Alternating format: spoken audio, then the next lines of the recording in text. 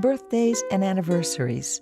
They're those singular times in any year that seem to focus our thoughts on the past, our roots, if you will. 2014 marks two such special occasions: the 100th anniversary of commercial aviation in the United States, and for Hawaiian Airlines, its own 85th year of operation.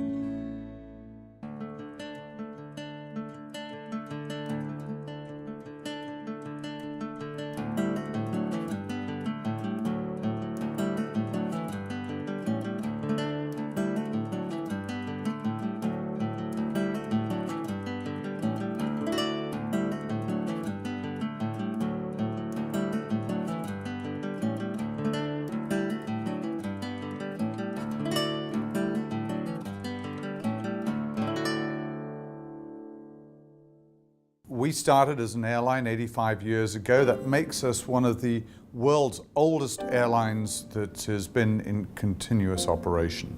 In that period of time, the community that we serve has grown and evolved and changed. And we've changed along with that. The heart and soul of our company is really no different than the heart and soul of Hawaii, the community we call home. So when we determined that we really wanted to preserve our history at Hawaiian Airlines, and not just preserve it in a sort of mummified tomb somewhere in the bowels of our organization, we knew exactly whose help we needed. I'm Captain Rick Rogers. After flying for Hawaiian for 23 years, I retired in 2010 and became the archivist for Hawaiian Airlines. As the oldest airline in the United States, second oldest in the world, Hawaiian Airlines has a very rich history. So we need to kind of look back at who we were to kind of determine who we are and where we're going. Before Hawaiian Airlines was Hawaiian Airlines, it was Inter-Island Airways. The year was 1929. Herbert Hoover was president, and the Great Depression was looming, when Stanley Kennedy embarked on a new enterprise he called Inter-Island Airways. He sold sightseeing flights in a single-engine Belunca, bright red and able to carry 6. She was state-of-the-art. Now, daring visitors could get a completely new perspective on the islands from 2,000 feet in the air. Soon, with the addition of 2 amphibious Sikorsky 38s, Kennedy went about connecting Oahu to its neighbor islands. No land airports were available in the Kona district of the Big Island of Hawaii. It's ironic that passengers could charter a flight to Kona. They would fly from Honolulu to Kona. It would take them about an hour and a half or 2 hours. They would land in Kailua Bay. Before the captain could get the anchor out, the canoes would already be pulling up to the back of the airplane, where the passengers could be climbing up the ladder and then down the ladder and into the canoe. They would be rowed just a minute or so to the shoreline, land at the Kona Inn, and be in the lobby in less time than it takes our passengers today to walk to baggage claim.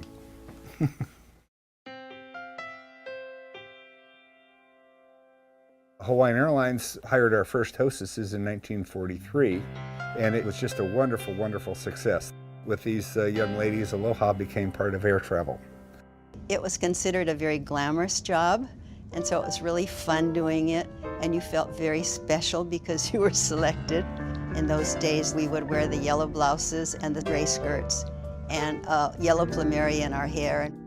The DC-3, I felt very comfortable in it because we had regular air, but getting on board while it was sitting like this, you had to go walk up to the cockpit. Boy, the girls today should try walking around with high heels, 3-inch heels, seamed nylons, and a girdle. We were to treat the passengers as though each one was a special person. So it was like welcoming people into your home.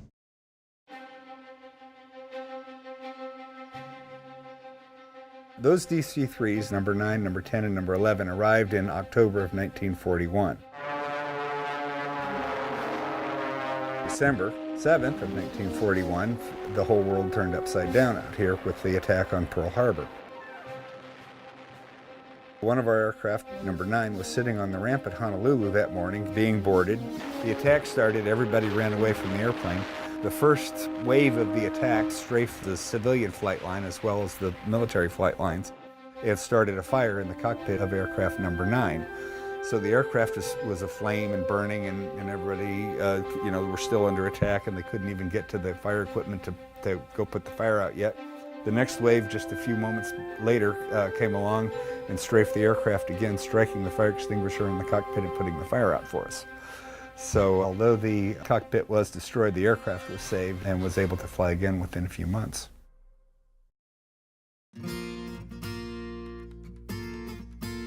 History, like any good story, needs to be shared. Step into the company's new corporate headquarters in Honolulu and look around. You can't walk around the offices without having some of Hawaiian history kind of looking back at you.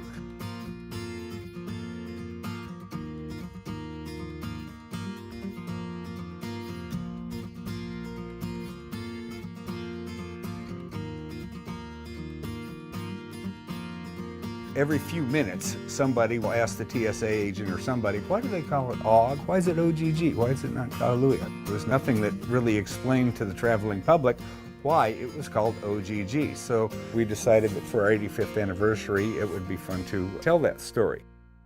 Around 1935, Hawaiian's new S-43 Sikorsky came into service.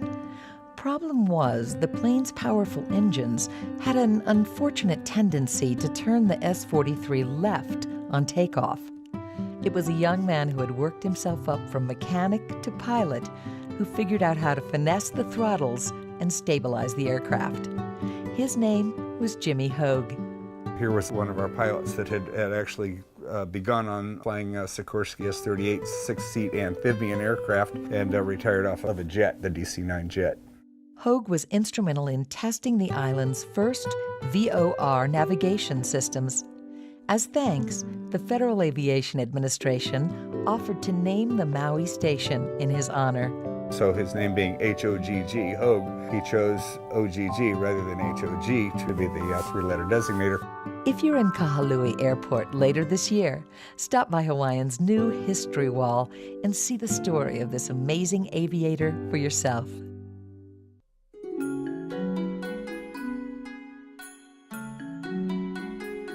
History is not static. It's something that is continually built upon every single day. A good example is that we've just begun our service to Beijing, China. In a short time, that will be history, something of historical note.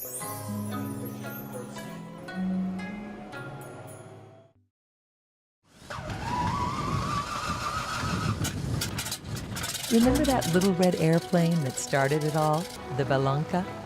Well, in 2009, after an extensive search, Hawaiian Airlines found her and brought her home to Oahu. Today, restored to her original 1929 glory and fully operational, Balanca is a daily reminder of the company's roots. Employees are encouraged to sign up to take a ride, and it's entirely likely that their pilot might also be their CEO. It's been said that our past is a prologue to our future, and nothing could be truer for Hawaiian. Today's Hawaiian Airlines is focused on the future, but firmly grounded in past lessons and time-honored traditions. Mahalo for sharing some of their favorite moments.